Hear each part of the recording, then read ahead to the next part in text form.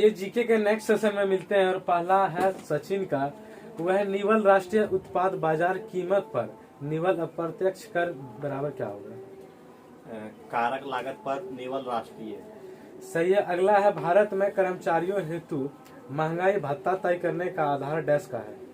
उपभोक्ता मूल्य सूचकांक। सही है। अगला है आर्थिक विकास का प्रचालन निम्नलिखित में से कौन सा है?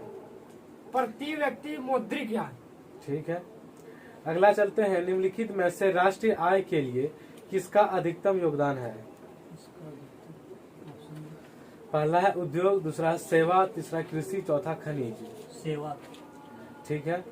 जीडीपी सूचकांक के क्षेत्रवार वितरण से किसका मापन किया जा सकता है? देश का राष्ट्रीय, देश का आर्थिक विकास। अगला है भारत की राष्ट्रीय आय का संकलन कौन करता है? मार्तिका क्या है? नहीं, इसका आंसर हो जाएगा केंद्रीय सांख्यिकीय संगठन। अगला, निम्नलिखित में से कौन सी राष्ट्रीय आय के आंकलन की पद्धति नहीं है? ऑप्शन देते हैं इसमें, व्यय पद्धति, उत्पादन पद्धति, मात्रिका प्रणाली और चौथा है आय पद्धति। नहीं, मात्रिका प्रणाली हो जाएगा। नहीं। हाँ। अगला है मूल्य ह्रास किसके मूल्य की हानि है?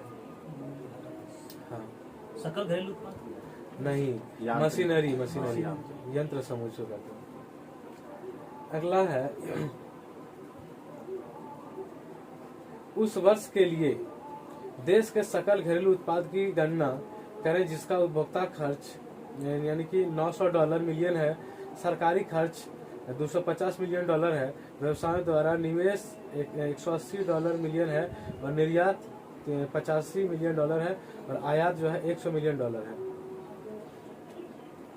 तो इसका सूत्र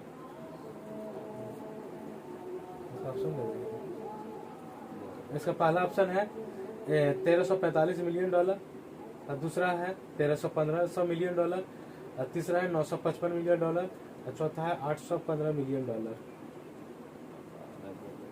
इसका हाँ 1315। चलता है अगला, भारतीय अर्थव्यवस्था के प्राथमिक, द्वितीयक और तृतीयक क्षेत्रों में उत्पादन का योग देता है। पहला सामान्य घरेलू वस्तु, दूसरा सामान्य घरेलू उत्पाद, तीसरा है ग्रैंड घरेलू उत्पादन और चौथा है सकल घरेलू उत्पादन। सकल घरेलू उत्पाद सही है। अगला है आय का आकलन करते समय निम्नलिखित में से किसकी गणना नहीं की जा सकती है? पहला है निजी सचिव की सेवाएं, दूसरा है गृहिणी की सेवाएं, तीसरा है कार चालक की सेवाएं, चौथा है पर्यटक गाइड की सेवाएं।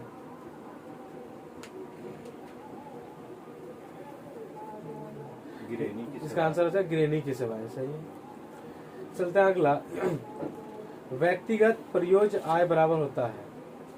ऑप्शन देते हैं इसमें, पहला है व्यक्ति आय, व्यक्ति कर अदायगी, गैर अदायगी, दूसरा है सकल घरेलू उत्पाद प्लस विदेशों से प्राप्त निवल कारक आय, तीसरा है बाजार कीमतों पर निवल राष्ट्रीय उत्पाद और चौथा है बाजार कीमतों पर निवल राष्ट्रीय उत्पाद निवल अप्रत्यक्ष कर।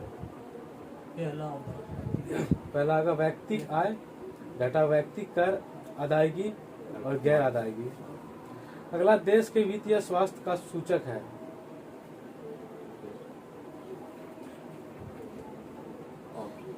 जीडीपी, मुद्रास्फीति सूचकांक, थोक सूचकांक और कोई विकल्प सही नहीं है। जीडीपी सही है।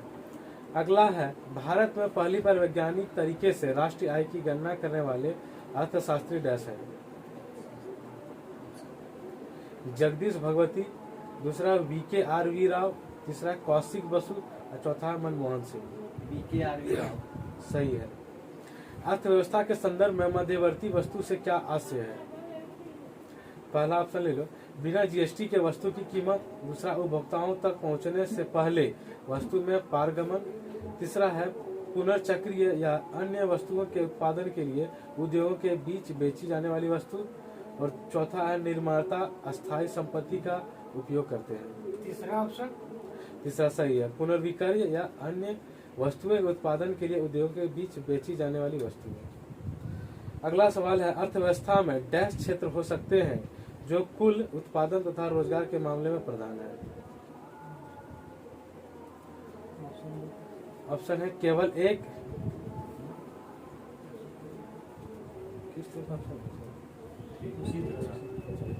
पहला केवल एक, दूसरा केवल दो, तीसरा एक या अधिक और चौथा इनमें से कोई नहीं। एक या अधिक। सही है। अगला है, छोटे किसान और मौसमी मजदूर जैसे लोग जो नियमित रूप से गरीबी दायरे के अंदर और बाहर होते रहते हैं, उन्हें डैश के रूप में वर्गीकृत किया जाता है।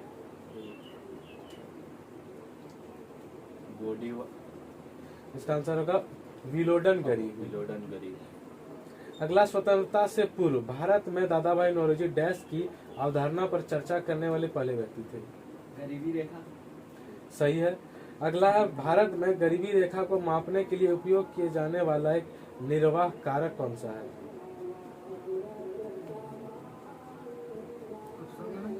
इसका ऑप्शन है, पहला इंटरनेट, दूसरा शिक्षा, तीसरा है परिवहन, चौथा समानता।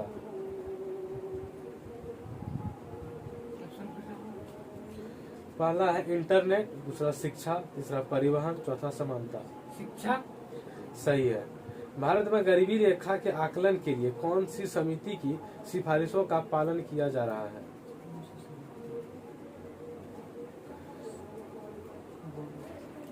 इसका आंसर हो जाएगा लकड़ावाला समिति। अगला, अर्थशास्त्री उस व्यक्ति को बेरोजगार के रूप में परिभाषित करते हैं जिसे डैश में 1 घंटे का काम भी नहीं मिलता है। आधे दिन में। सही है। अगला है, जब श्रमिक एक नौकरी से दूसरी ओर जाते हैं तो इसे जाना जाता है। मौसमी बेरोजगारी, दूसरा प्रतिरोधात्मक बेरोजगारी, तीसरा है वर्गीय बेरोजगारी, चौथा स्वैच्छिक बेरोजगारी। प्रतिरोधात्मक बेरोजगारी। सही है। चलते हैं, अगला जो है, भारत में छिपी बेरोजगारी मुख्य रूप से किस क्षेत्र में है? कृषि क्षेत्र में। सही है। लोरेंज वक्र क्या दर्शाता है? हाँ।